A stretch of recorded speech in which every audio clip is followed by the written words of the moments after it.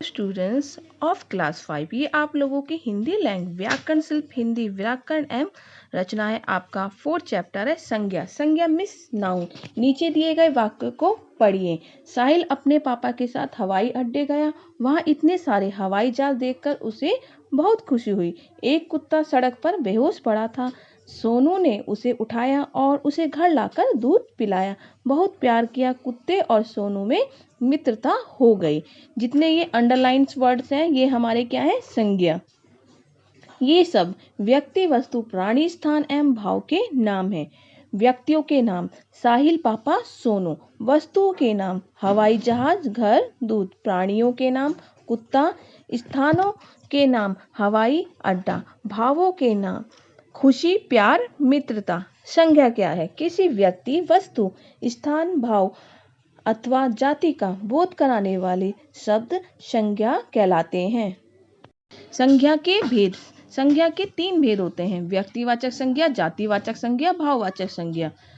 व्यक्तिवाचक संज्ञा जो सब किसी व्यक्ति स्थान अथवा वस्तु के विशेष नाम का बोध कराते हैं उसे व्यक्तिवाचक संज्ञा कहते हैं। जैसे ये आपका दे रखा है, भारत के राष्ट्रपति का नाम श्री रामनाथ कोविंद है। हिमालय की सबसे ऊंची चोटी का नाम माउंट एवरेस्ट है।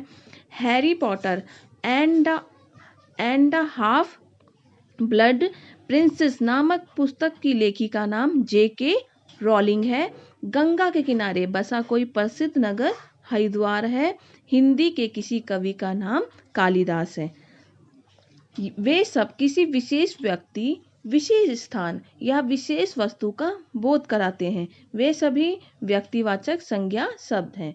जातिवाचक संज्ञा जो शब्द एक ही प्रकार की प्राणियों वस्तुओं अथवा स्थानों का बोध कराएं उन्हें जातिवाचक संज्ञा कहते हैं।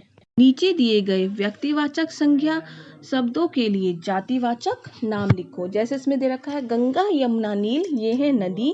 भारत नेपाल अमेरिका ये है देश। पुरी हरिद्वार प्रयाग ये है शहर। लिएंडर पेस वीरेंद्र सहवाग सानिया मिर्जा ये है खिलाड़ी।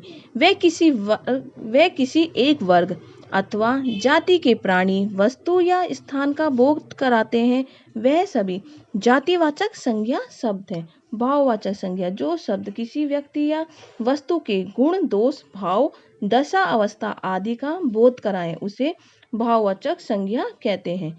कुछ विद्वान संज्ञा के 2 भेद और मानते हैं, एक द्रव्यवाचक संज्ञा दूसरा समूहवाचक संज्ञा। द्रव्यवाचक संज्ञा जिन वस्तुओं से किसी द्रव्य व पदार्थों का बोध होता है उन्हें द्रव्यवाचक संज्ञा कहते हैं। इसे नापा व तोला जाता है, जैसे सोना चांदी तेल गेहूं लोहा आदि। समूहवाचक संज्ञा जो शब्द पूरे समूह या समुदाय का बोध कराते हैं समूहवाचक संज्ञा कहलाते हैं, जैसे कक्षा टोली गुलदस्ता सेना आदि।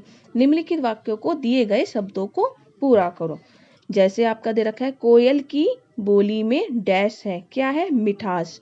मदर टेरेसा अपनी डैश के कारण जानी जाती है, किस कारण, दयालुता के कारण। महात्मा गांधी डैश के पुजारी हैं, किसके पुजारी हैं, महात्मा गांधी अहिंसा के। महात्मा गांधी अहिंसा के पुजारी हैं। हिमालय पर्वत की डैश बहुत कठिन है, क्या है, चढ़ाई। भाववाचक संज्ञा बनाना। ये आपके जातिवाचक दे रखे हैं और ये दे रखे हैं भाववाचक। जातिवाचक है हमारा मनुष्य और भाववाचक है मनुष्यता। इस प्रकार जातिवाचक है बूढ़ा और भाववाचक बुढ़ापा। प्रभु प्रभुता, वीर वीरता, स्त्री स्त्रीत्व, मित्र मित्रता, गरीब गरीबी। इस प्रकार आपके भाववाचक संज्ञा बनाना है। अब ये है सर्वनाम शब्दों से भाववाचक संज्ञाएं बनाना। ये आपके सर्वनाम दे रखे हैं और ये दे रखे हैं भाववाचक संज्ञाएं। सर्वनाम हमारा निज है और भाववाचक संज्ञा है निजत्व। जैसे मम ममता ममत्व, पराया परायापन, अपना अपनापन, अहा अहंकार, सर्व सब। जरूरी बोलना। विशेषण शब्दों से भाववाचक संज्ञा बनाना। ये आपकी विशेषण है और ये है भाववाचक संज्ञा। जैसे मीठा विशेषण है और भाववाचक संज्ञा है मिठास। आलसी आलस्य, उदार, उदारता, दया, दयालु। क्रिया शब्दों से भाववाचक संज्ञा बनाना, जैसे आपकी ये क्रिया दे रखी है और ये दे रखा है भाववाचक संज्ञा बनाना। क्रिया हमारी बहना है और भाववाचक संज्ञा है बहाव।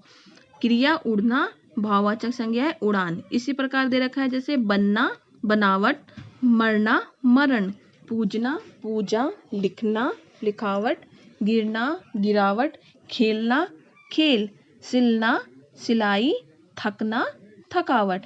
ये आपके क्रिया शब्दों से भाववाचक संज्ञा बनाना था। इस प्रकार आपका ये 4th चैप्टर कंप्लीट होता है। धन्यवाद।